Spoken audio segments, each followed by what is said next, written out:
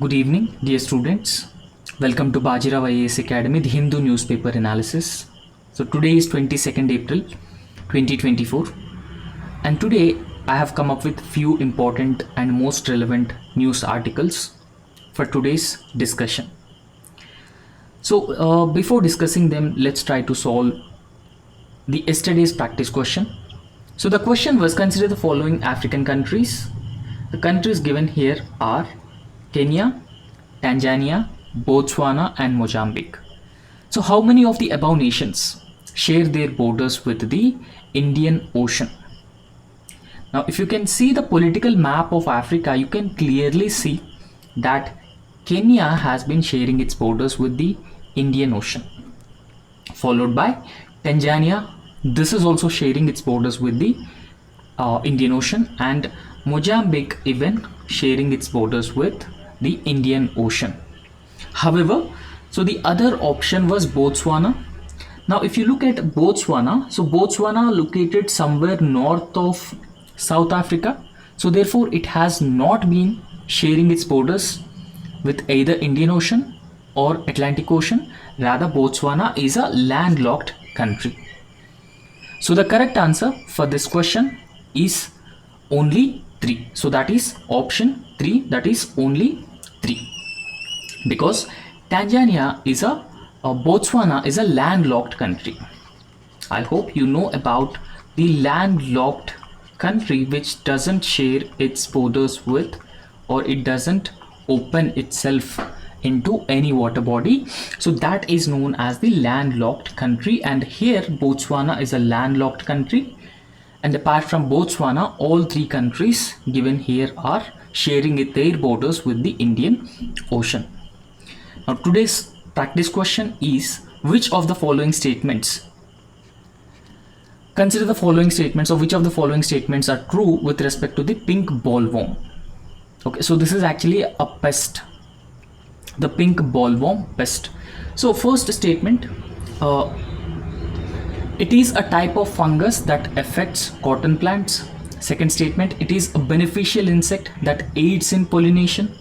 Third statement, it primarily feeds on seeds and balls of cotton plants. And D, it is a marine organism found in oceans and seas.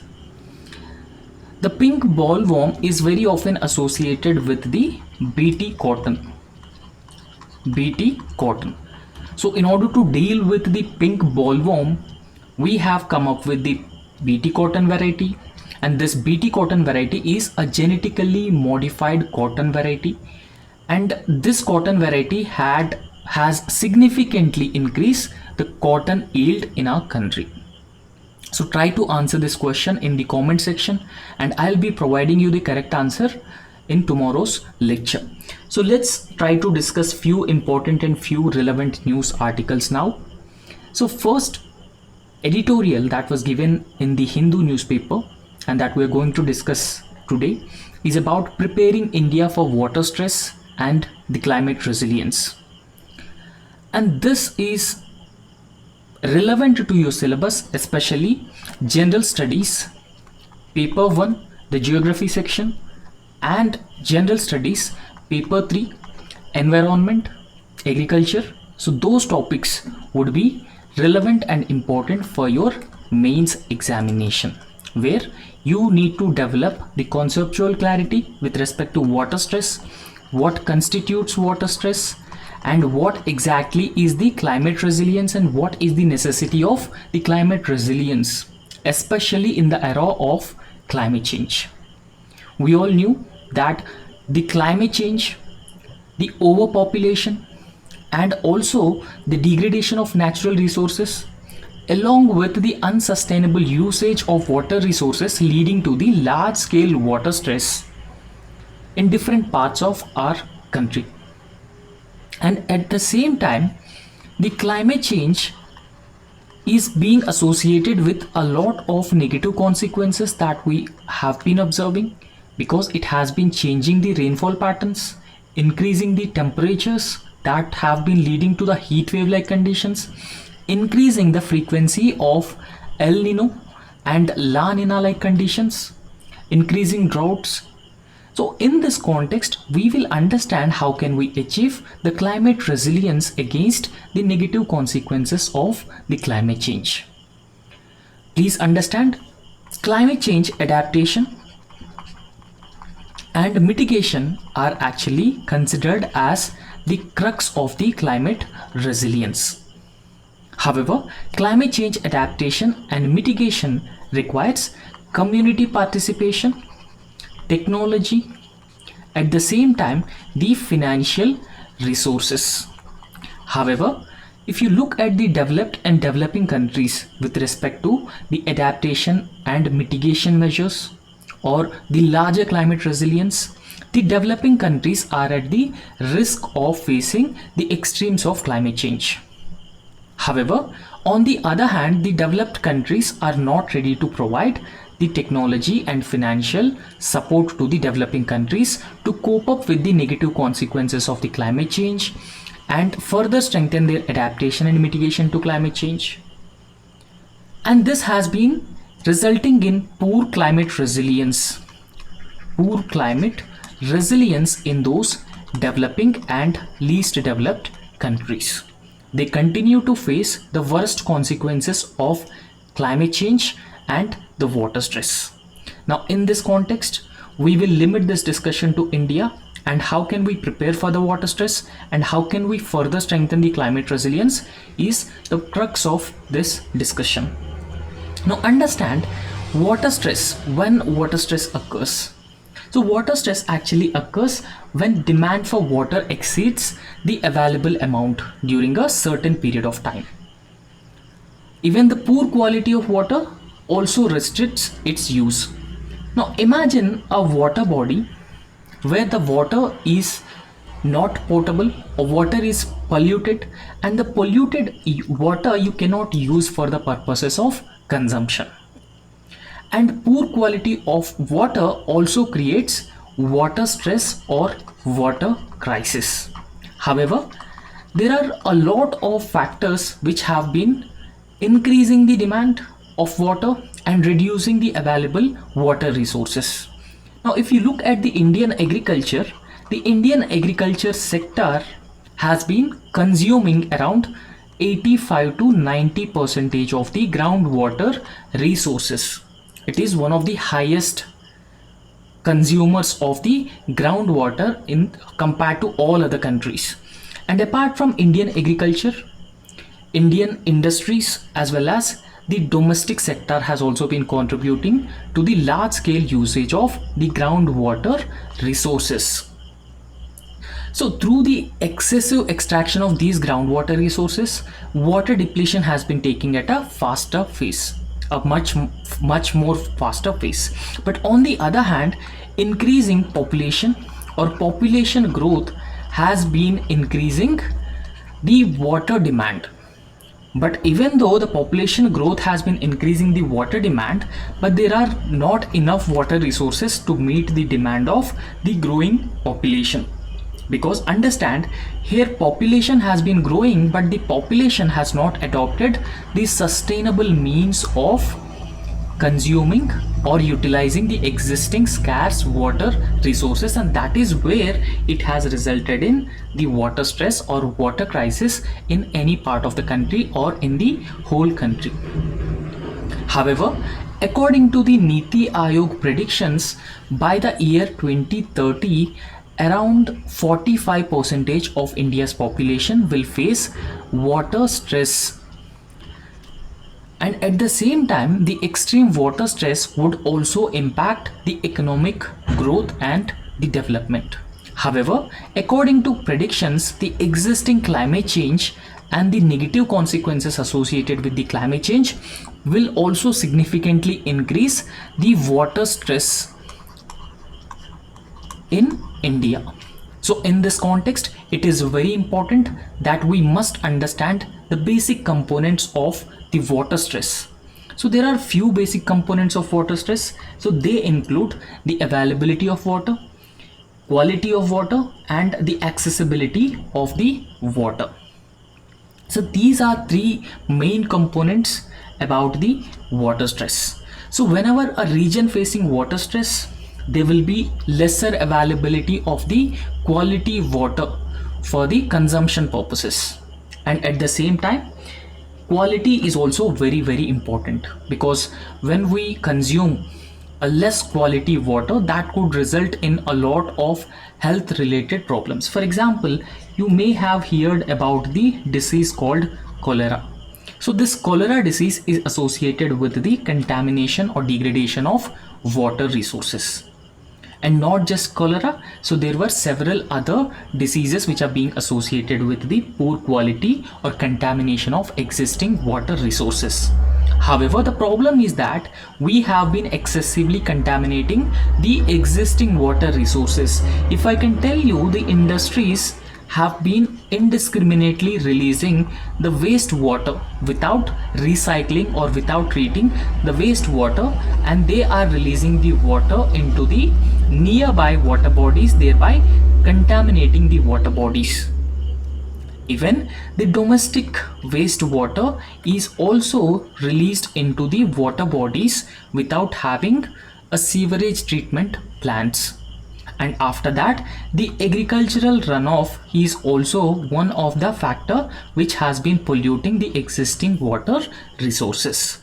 So these components play a very important role when we calculate water stress of any region or any country. However, here a one index comes, so that is water stress index. So what exactly is the water stress index? It relates to the total freshwater resources available for the total population of a country.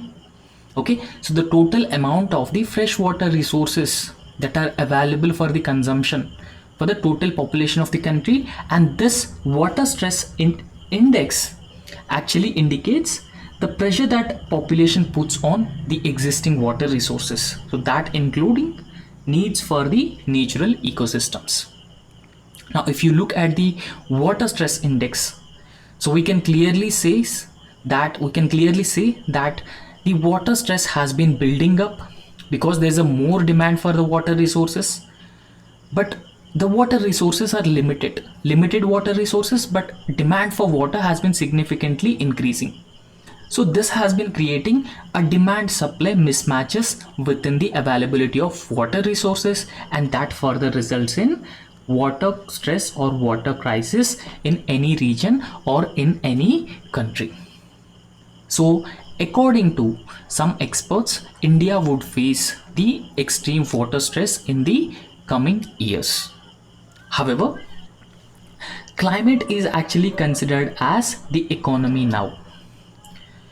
Climate and economy can be used interchangeably. Why? Because climate is the one factor which largely determines the economy, economic growth and economic development of any country, because climate change has been largely determining every aspect of individual life, every sector of an economy of a country.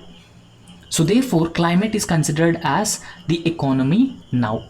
So therefore, in this particular context where climate change or climate has been entering into the every field, every sector of our lives, it is very important to understand the intersections between the land, food, energy and water.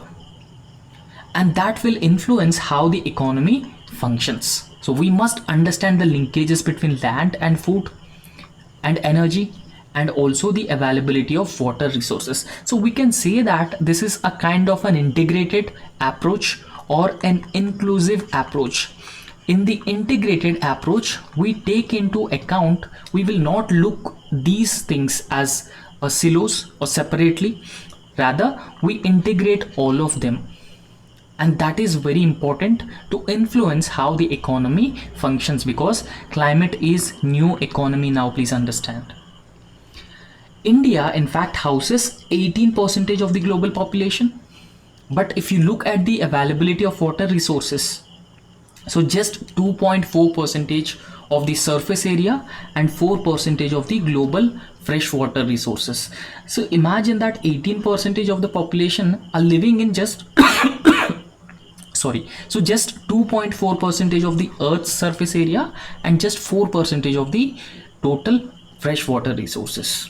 And this point also indicating that there is a more demand for the water resources, and in future it is also expected that the demand for water resources would significantly increase, because there's a huge population, but if you look at the water resources available, we are having just 4% of the global water resources. And that too, Indian agriculture has been very often adopting or adopted the unscientific irrigation methods.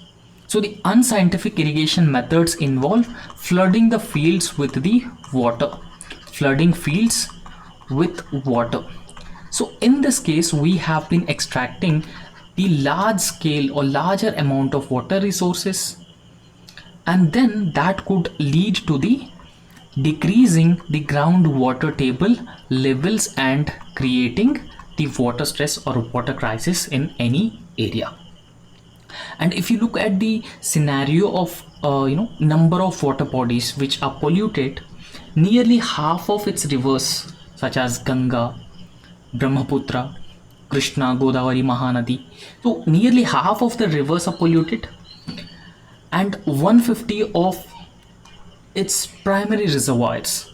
So we have a reservoirs to store water, right? So 150 of its India's primary reservoirs currently have just 38% of the total live storage capacity. So this has been indicating that our reservoirs and the amount of water in our reservoirs is also been depleting at a faster pace, and this could create the issues with respect to the water availability in India, because understand, the water availability is also one of the factor which determines the water stress of any area.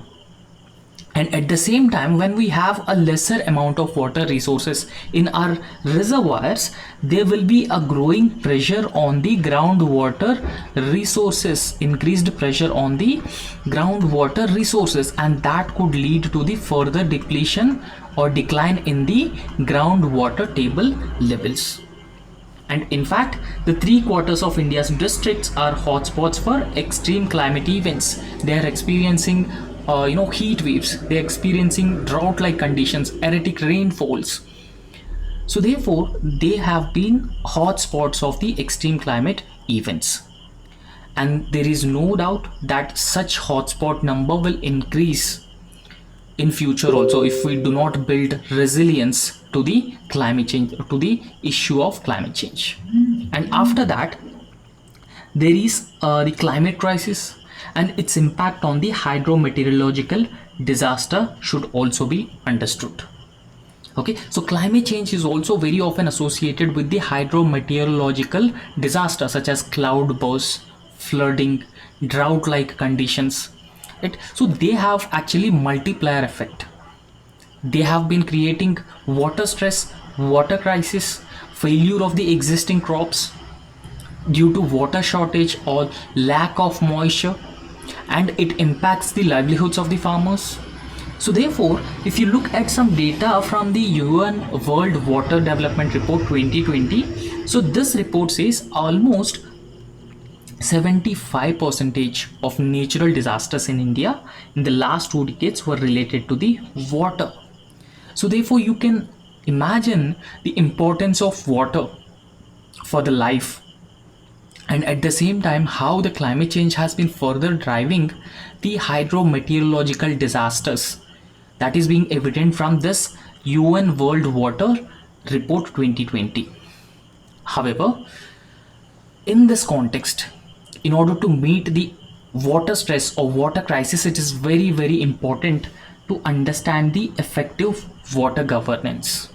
Okay, so effective water governance plays a very important role to escape ourselves or to manage the existing water stress or water crisis. And in this context, the government should come up with the policies which further strengthen the effective water governance and the mechanisms, and we should also recognize the interactions with the food and the existing energy systems. So that is very, very important. We must interlink or integrate the food, energy, water systems, and the environment, climate, everything must be integrated so that we can understand the impact of climate change on those factors, and accordingly we can come up with most effective policies, and we could further strengthen the water governance of a country. So that is how we can manage the water stress or water crisis. And after that, when we look at the scarce water resources, it is very important that you must use those water resources in a judicious manner. And if you don't use those water resources in a judicious and effective manner, so there is no doubt that you will definitely face the water stress like conditions, and that could have a lot of severe implications on your life. So therefore, we must prioritize or focus on judicious use of existing water resources. So that include both blue water as well as the green water. Okay, so through water accounting, so that's the water accounting actually plays a very important role, and efficient reuse of existing water resources. Now, when I say water accounting is actually calculates the usage of the water by an industry, by the domestic consumers, right? So water accounting will help you use the water resources wisely, and at the same time you must recycle the water and reuse the water. So because recycling and reusing of the water would reduce the demand for the water. Okay, so please understand, we have a huge demand for the water resources, but water resources are very limited or scarce. Now in this context, whatever water you extract, you recycle the wastewater and again reuse the wastewater. So that is how you can decrease your extraction of the water, and that is how you can use the limited availability of existing water resources. And after that, very important, in Indian agriculture we must adopt the micro irrigation techniques. They play a very important role. Micro irrigation techniques helps you to use water wisely, and at the same time the limited water resources would be used for the better food production that ensures the food security and livelihood security of the farmers. Farmers can get enough income from these things. Okay, so ultimately agriculture must make a transition towards the micro irrigation, and the government should also come up with the appropriate solution to encourage the farmers to adopt the micro irrigation techniques at different levels. However, the government has also launched various programs, and one such program that the government has launched was Atal Mission for Rejuvenation and Urban Transformation 2.0. So this program was launched by the government, or it is also known as Amrut 2.0. Okay, so this scheme was launched for the purpose of 5 years, and it was launched in October 2021. However, so what is the major aim or major objective of this Amrut 2.0 program? So it wanted to ensure access to the freshwater resources. So that means universal coverage of water supply to all households. All households must be provided with the access to safe and potable drinking water through the functional taps in all statutory towns, and coverage of sewage and septage management in 500 Amrut cities. So this is actually the objective of the government, providing universal coverage to water resources. Now if you can remember, the government has also launched another program called Jal Jeevan Mission. So this Jal Jeevan Mission is also aimed at providing functional household tap connection to every rural household to provide 55 liters of safe and potable drinking water to the every rural household. Along with Amrut 2.0 program, for the urban areas, the government has also launched the Jal Jeevan Mission. And in fact, we must leverage the financial tools, or we must ensure that the finances are available to raise money for the climate adaptation and climate mitigation. Because understand, I've already told you that in order to achieve climate resilience, we must have finances and we should also have the necessary technology. And these financial tools play a very important role to raise money for climate adaptation. For example, the government recently come up with green bonds, and the proceeds from the green bonds would be used for funding the projects. Okay, so funding the climate resilient projects or programs. So therefore we must leverage these financial resources or financial tools for climate adaptation in the water sector. Now if you look at the global trends, India's climate action has been largely focused on mitigation in the industrial, energy and transport sectors. So these are some details about the Amrut 2.0 program. You can pause the video and you can go through the details of Amrut program. Next, what should be the way forward in this context? So we have understood the consequences, we have understood the challenges due to the water stress or the water crisis. So what should be the way forward in this context? So we must build a blue-green infrastructure. So blue-green infrastructure in the sense that combining green and blue elements together in modern infrastructure. So in fact, that is considered as one of the most effective and most efficient way providing a sustainable natural solution for watershed management and eco-friendly infrastructure. So blue-green infrastructure is very, very important. Now, what are the green indicators and what are the blue indicators? Green indicators include gardens and permeable pavements and green roofs on the buildings. However, the blue indicators include rivers, canals, ponds and wetlands. So these two things must be integrated. These two things must be integrated here. And apart from that, we must adopt the smart agricultural practices. Smart agricultural practices in the sense that we must adopt the micro irrigation techniques such as drip irrigation and sprinkler irrigation. So those micro irrigation techniques actually helpful in reducing the excess usage of the water. So in fact, according to a report, they can reduce the water consumption by 20 to 40%. And at the same time, they can also significantly increase the crop yield by 20 to 50% compared to the flood irrigation that Indian agriculture commonly practices. So what can be the other alternatives to meet the existing water stress? We must emphasize on the rainwater harvesting techniques. Rainwater harvesting is very, very important. And apart from the rainwater harvesting, the other thing that we must do is recycle and reuse of water by the industries. And water auditing must be done.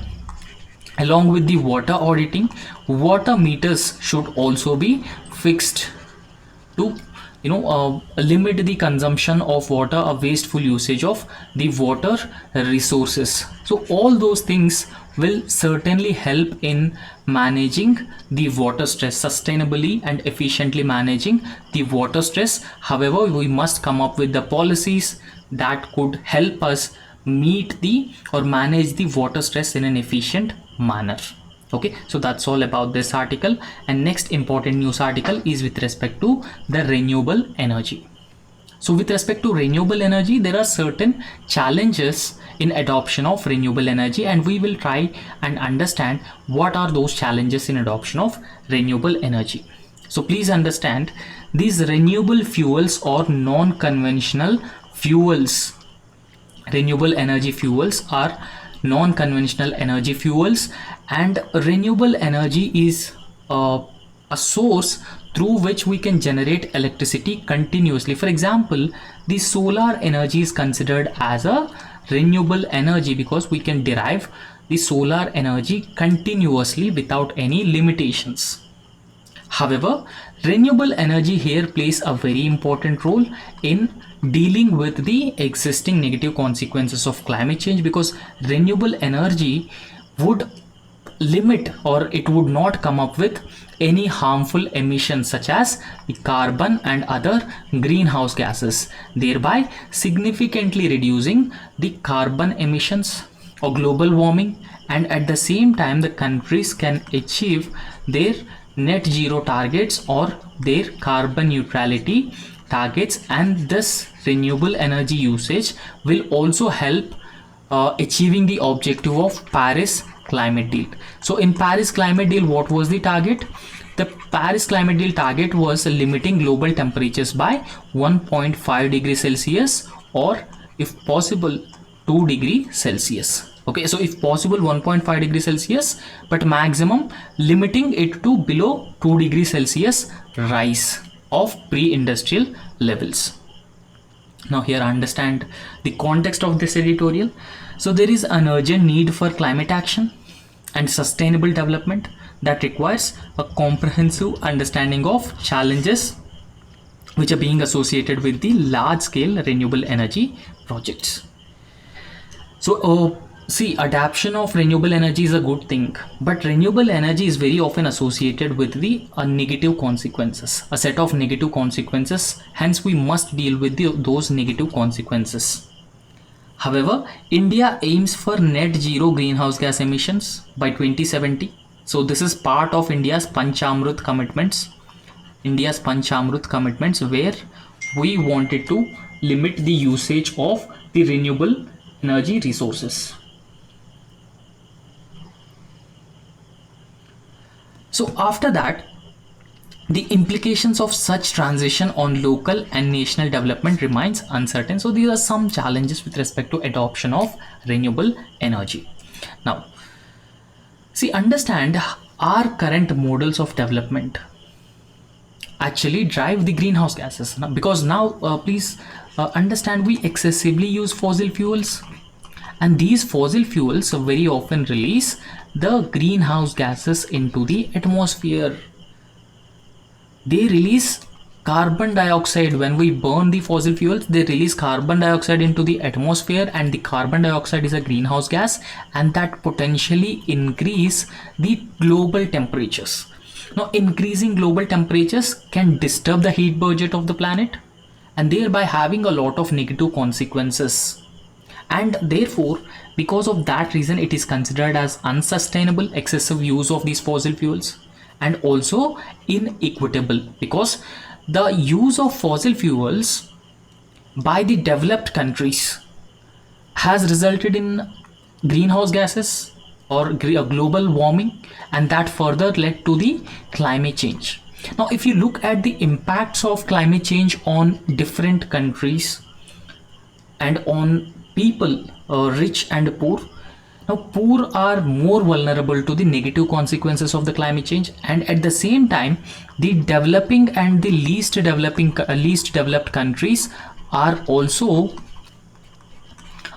more vulnerable to the negative consequences of the climate change. So because of that reason, we can say that our existing developmental models are very often unsustainable, at the same time inequitable also.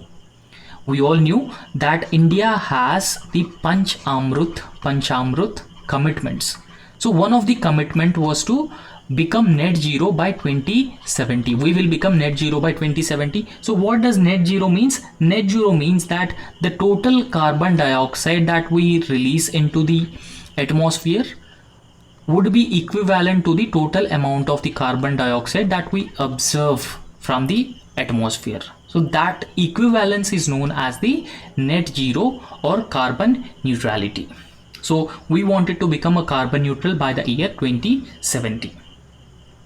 Now, if you look at the solar parks, now large scale solar parks are being established for the purpose or for the generation of electricity, renewable energy, because the solar panels very often convert the the light into the electrical energy. So solar parks may compete for essential natural resources. Please understand how solar parks compete for, because they require a huge amounts of land to set up these solar parks, large scale of mega solar parks. Now, if we can set up such a huge parks on huge tracts of land to generate electricity, what about the agriculture?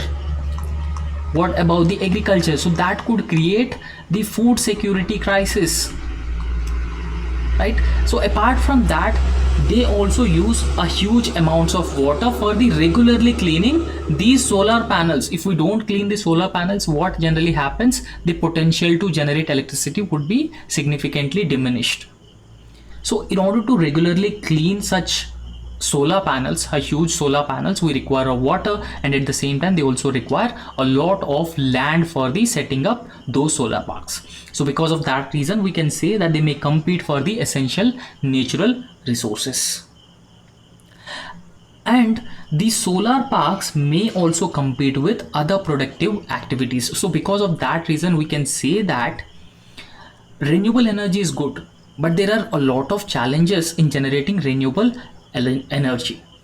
Okay, for example, it could compete with the agriculture and livelihoods, and that could potentially impact the food security that I've already explained, because they use a huge tracts of land. And when we have been constructing solar projects or solar parks on a huge tract of land, of course the land available for the agriculture would be further shrinking, and that could create a large scale food security crisis. And in fact, so that could also impact the existing biodiversity of an area, because we are constructing large scale solar parks, because they're very often location specific and under researched before setting up any such solar park. So therefore it is also evident that the solar parks also impact the biodiversity of an area. However, there are a lot of issues which are being associated with the fossil fuels. So when we burn these fossil fuels, so they release carbon and other potential greenhouse gases, so they significantly increase the global temperatures. Okay, so COP28 actually pledge, they does not specify reducing the fossil fuels. Okay, so the pledge of COP28 does not specifically talks about the reducing fossil fuels, because they have been causing 80% of the greenhouse gases. The fossil fuels alone responsible for the 80% of the greenhouse gases. Even though there were a very minimal or a less number of efforts to deal or to reduce the fossil fuel, the usage of fossil fuel from number of countries, still a lot of countries have been extracting the fossil fuels indiscriminately and contributing to the increasing temperatures. Please understand, because when we wanted to reduce our dependence on fossil fuels, we must increase our existing capacities with respect to the generation of renewable energy. And still we can say that the renewable energy generation is still in the infant stage, and at the same time it requires a lot of technology. At the same time it also requires a lot of initial capital to set up such renewable energy projects. So because of this reason, countries still excessively dependent on the usage of fossil fuels, and they are very often associated with the negative consequences on the environment. So the transition to renewables require massive investments, because if you look at the least developed countries, they cannot come up with massive investments, such a huge investment. There are a lot of poor countries, they cannot invest in renewables. But at the same time, if you look at the impact of climate, the poor people are the one who have been facing a higher degree of vulnerability due to the climate change. And in fact, it also impacts their budgets. If they started doing the renewable energy projects, the budgets would be impacted, and they may not be able to provide other essential services. So that is a fund deficit is the one challenge adopting to the renewable energy. Now in this context, the developed countries must step in, and developed countries must provide both the technological support and the financial support to the poor countries, because the developed countries now are largely responsible for the present level of climate change and global warming. However, please understand, despite having a lot of challenges about the renewable energy resources, now if you look at the world with respect to renewable energy, it is said that The energy generation capacity has doubled globally in the past decade, and the cost of producing the renewable energy has also been significantly declining in the past decade. So it is also expected that by 2035 the renewable electricity generation is expected to surpass the fossil fuel production. In fact, it is a very good indicator for us because we reduce our dependence on fossil fuels, but at the same time the renewable energy has been gradually scaling up. The production capacities have been gradually scaling up to reduce the emissions. So that is actually a good indicator to move towards meeting the climate goals. So there was a report, that Renewables 2022 Global Status Report, and in this report it is said that India, the fourth in terms of the renewable energy installed capacity. Okay, so India stands at the fourth position, and India also stands at the fourth position in terms of generation of wind energy at the global level, and also fourth position at the generation of solar energy capacity. And at the same time, India has already achieved its target of 40% installed electric capacity from the non-fossil fuels. Okay, so you can also pause the video and go through some of the targets that we have set as part of the Panchamrit program, and what is the present status of renewable energy adoption in our country. And as I've already told you, that India has a fourth position in the total installed renewable energy and wind energy and solar energy. So these statistics you can use in your mains examination, and there may be some questions also framed based on the data in your prelims examination. However, there are different approaches to mitigate the challenges in providing or in generating electricity through the renewable energy. So one such approach was ownership models. So ownership models in the sense that we must encourage the community ownership of the renewable energy projects, because the community ownership can generate a lot of revenue and they can benefit the local communities, and it ensures the income security for the people, and it will also improve the energy access. So because of that reason, we should come up with the ownership models. For example, we can make SHG can own the solar park, and we can also make the cooperatives can own these solar park. They maintain and manage these solar parks, because there are a lot of advantages which are being associated with the solar parks. So because of that reason, we must encourage the community participation or community ownership models. After that, we must understand the innovation in solar development as well. So innovation in solar development in the sense that we must experiment with the agrovoltaics. So these agrovoltaics very often combine the solar energy with the agriculture. Okay, so combining solar energy with the agriculture is known as the agrovoltaics, and they can offer sustainable approach to the renewable energy development, because on the one hand we are ensuring food security, and we can also cattle grazing, food security, livelihood security of the farmers, and the income security, and we can also ensure the energy security through the agrovoltaics and overcoming the existing challenges. And after that, the skill development and employment is very important aspect to deal with the challenges posed by the renewable energy. So why? Because see, I can tell you that the renewable energy sector is an emerging sector. It is an emerging sector, and it has a lot of potential in creation of employment opportunities. It creates a large scale employment opportunities for the people, but at the same time it is also true that it requires a lot of skilled population.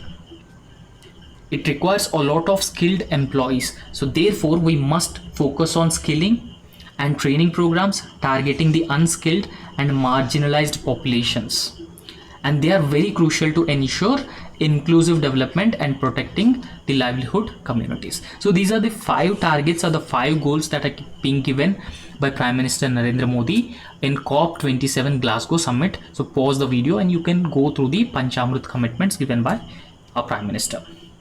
So the next important news article is with respect to the fall in household savings. Okay, so household savings have registered a fall in recent times. Now we'll understand this in a very detailed manner. First, understand the context of this article. So there is a fall in household savings and has become a focal point for discussion in India in recent times. So particularly with respect to sharp decline in the net financial savings, leading to a 4-decade low in the household net financial savings to GDP ratio. Now I'll tell you why savings are very important in any economy.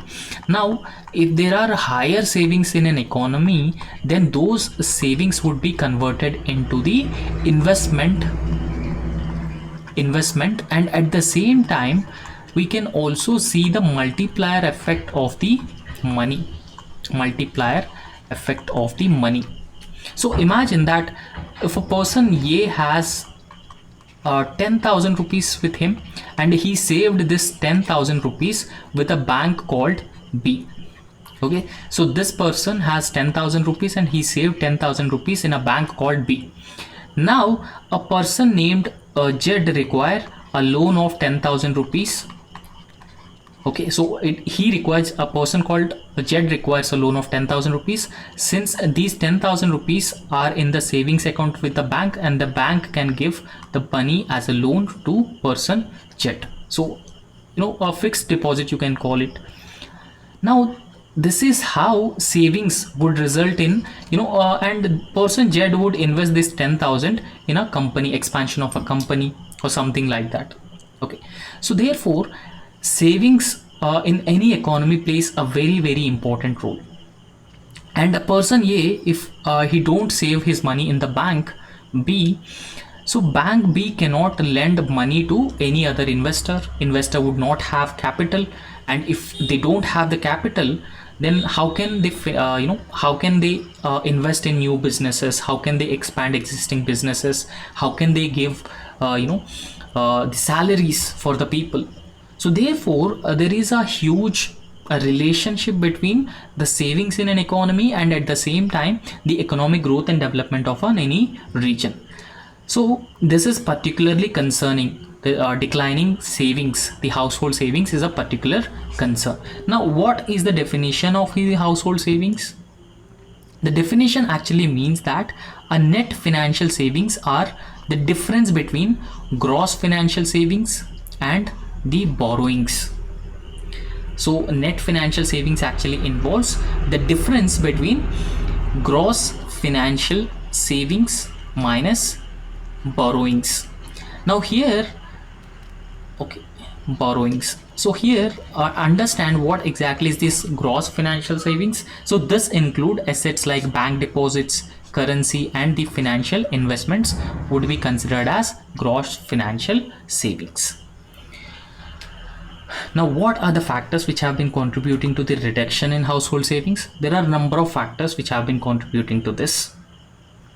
So understand, if you look at the consumption patterns of the households, it is said that the consumption patterns are largely unchanged. They are consuming the same amount of goods and services like before. However, the problem is that there is a reduction in the net savings of the people. Okay, so there is a reduction in the net savings of the people, and this reduction has been suggesting that the increased borrowing or decreased financial savings and stimulating the aggregate demand. Okay, so that has been indicating the increased borrowing from the banks or decreased financial savings from the people. And after that, there is also tangible investment factor, and that has also been playing a larger role, because the role of increased borrowing for physical investment was limited. Okay, and this indicating a slight increase in the physical savings but a significant rise in the borrowings as well. And after that, the interest payments is another factor which has also been contributing for the reduced household savings, because higher interest rates led to the increased interest payments. Now, if banks started charging the higher amount of interest rates, then definitely the interest payments to the banks would significantly increases, and which households financed by borrowing or depleting the financial savings. Now I can tell you, I can explain you this. For example, imagine a person has borrowed a loan of 1 lakh rupees from a bank, and the interest rate charged on the 1 lakh rupees is very high. It is around a 12% per annum. Now in this context, because of the higher investments or higher interest rate on the money that is being borrowed, what is happening? The increased interest rates are being paid by the consumers or households through either borrowing from any other bank, or they have been taking out money from their savings and they're paying the interest rates. So that is how the savings are being depleted in our economy. However, there is an implication or a chance of higher debt burden because of it. One is the financial fragility, because increased debt of any nation raises concerns about the household's ability to repay the debt, and at the same time this also impact the financial sector income and possibly leading to the credit rationing affecting the macro economy of a country. See, when the debt of any household or any country has been significantly increasing, or it has been piling up, then of course there are concerns that how can a household can repay the debt, the increased amount of debt. So therefore that could impact the financial sector income and possibly leading to the credit rationing affecting the macro economy. After that, we should also understand the consumption demand, the other factor. So higher debt of the households can reduce the consumption, because when I have a higher debt, then of course I would reduce some of my consumption, because I have a higher debt and I must have to repay the debt and interest payments also. So therefore I must reduce my consumption, as households may seek to preserve wealth by saving more and may face credit rationing due to the perceived default risk. So these factors have also been contributing to the low or declining amount of savings. So after that, we must talk about the macroeconomic implications of lower household savings. So first and foremost is that the increased trends in liabilities to the disposable income and debt to net worth indicates household vulnerability. Okay, so this indicates household vulnerability. And after that, the tight monetary policy, which has been aiming to control inflation, can exacerbate household debt, potentially pushing them into a debt trap. Now here, what exactly is the tight monetary policy? Tight monetary policy in the sense that there are higher interest rates. Okay, so if the bank wanted to lend money from the Reserve Bank of India, or a bank wanted to borrow money from the Reserve Bank of India, or bank wanted to lend money to the potential investors or potential borrowers, they would be charged higher interest rates, because higher interest rates would reduce the circulation of the money in the economy, and that could control the inflation also. And this tight monetary policy has very often increasing the household debt and potentially pushing them into the debt trap as well. So impact on the consumption as well, because higher debt burden can decrease the consumption of the individual and also affecting the aggregate demand and economic stability. Now if I have been consuming lesser compared to the early times, then that would reduce the demand for the goods and services in the economy. Okay, so that could result in affecting the aggregate demand and economic stability as well. Okay, so that's all about this article. And next article is with respect to the unique ID must be generated for organ donation. Now understand here, organ donation actually means that donation of the organs either from a healthy person or from a deceased person to any other person who have complications with respect to the organs. Okay, so organ donation is encouraged, but here the problem with the organ donation is illegal organ donation. Illegal organ donation, that is a problem. So in order to regulate and to prevent the illegal organ donation, the government has come up with new guidelines and new directives, so that could prevent the illegal organ donation. So that is, recently Union Health Ministry has issued a directive to ensure a unique national organ and tissue transplant organization. Okay, so ensure that a national organ and tissue transplant organization ID for all cases of organ transplant, and whether from a living and deceased donor. Okay, so every person who had who have gone through the organ transplantation, so they must have a unique ID from the national organ and tissue transplant organization. Now, directive to prevent the commercial dealings in organs. So this was considered as a directive that could prevent the commercial dealing in organs. National organ transplant ID implementation. So the directive mandates that the generation of a NOTO ID, so that is National Organ and Tissue Transplantation Organization ID for both donor and the recipient, to be issued by the hospital through the NATO website. It eliminates the commercial dealing in the organ transplantation or organ transfer. So this will aim to eliminate the commercial dealing in organs, especially those involving the foreign citizens. So that ensures the ethical practices in organ transplantation. So after that, we should also look at the stricter monitoring of the organ donation through the National Organ and Tissue Transplantation Organization by providing this NATO ID. The ministry calls for stricter monitoring of organ transplant involving foreign nationals by local authorities to prevent malpractices. Okay, so illegal transplantation of organs, there were malpractices that are being carried out with respect to the organ transplantation, and there were also organized crime networks which are carrying out the organ transplantation in an illicit manner.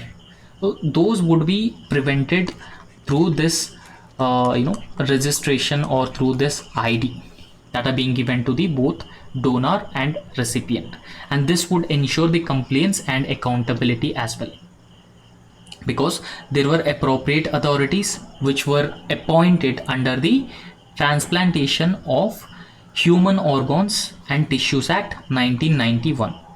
Okay, so this particular legislation was created in 1994 and are directed to investigate the transplant involving foreign nationals, taking appropriate action against any violators of this particular legislation or the guidelines.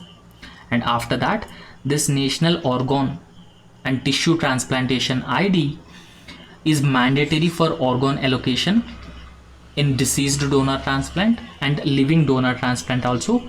It should be generated within 48 hours after surgery. And after that, it will also enforce quality and also looks after the oversight.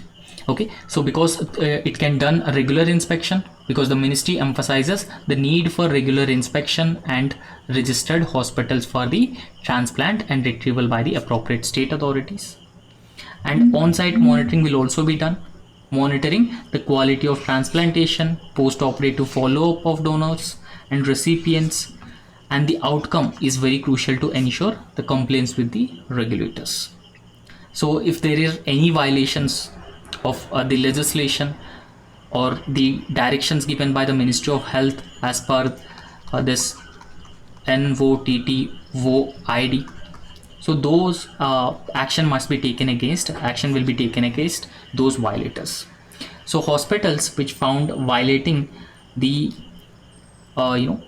Human Organ and Tissue Transplantation Act 1994, its rules risk suspension of registration for performing organ transplant. If it involved in illegal activities, then the registration will be cancelled. So the next article is with respect to the appointment of judges. We all knew that judges in India are appointed through the collegium system, and this collegium system is known as the mechanism to appoint judges by the judges themselves. Okay, so there were three judges case: first judge case, second judge's case, and third judge case. And through these judge cases, the collegium system has been evolved in India.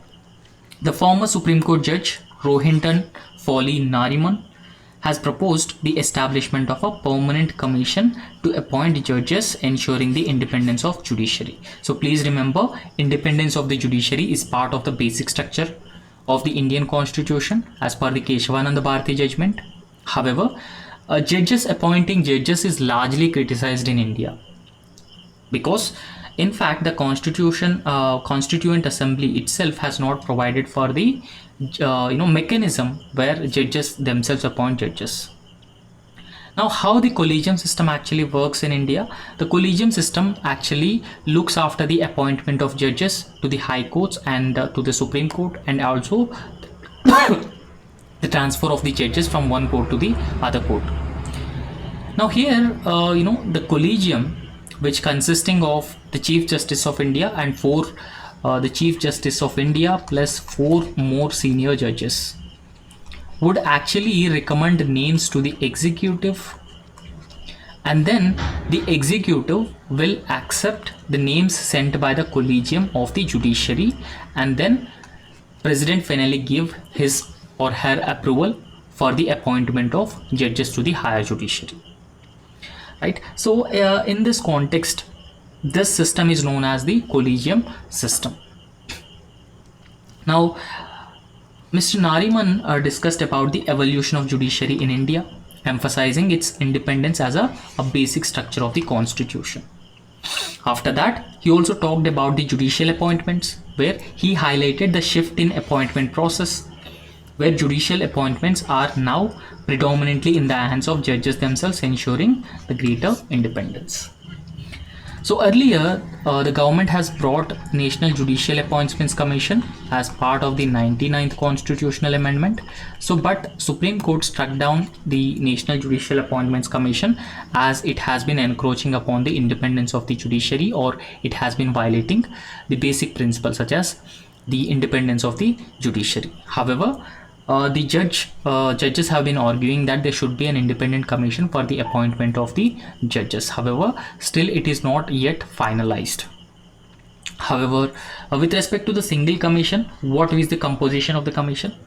So the judge has suggested that the permanent commission would comprising of the Chief Justice of India and 4 retired judges to serve for 5 years. Okay, so they would serve for the 5 years, and selection process of the retired judges who are part of the permanent commission. So the selection of retired judges for the commission would be done by 33 Supreme Court judges, excluding the Chief Justice of India. And after that, the selection could be based on the suggestions from select practicing lawyers of the Supreme Court and High Court bars. So this is also essentially judges appointing judges. So that is not much different from the collegium system. So after that, it will ensure the judicial independence. Why? Because there will be no encroachment of the powers of the judiciary by the executive or the legislature, and judges still appoint the judges. The judiciary itself appoint the judges, because the commission would be responsible for appointing judges, ensuring transparency, and also safeguarding the independence of the judiciary. So because of that reason, it will protect the judicial independence. And at the same time, the 5-year term for the commission would provide the stability and continuity in the appointment process, and reducing the undue influence from the external factors also. So all these factors would ensure the judicial independence. Now you can go through the collegium system, the process of appointing judges by the judiciary, through this image. And that's all in this lecture. And thank you so much.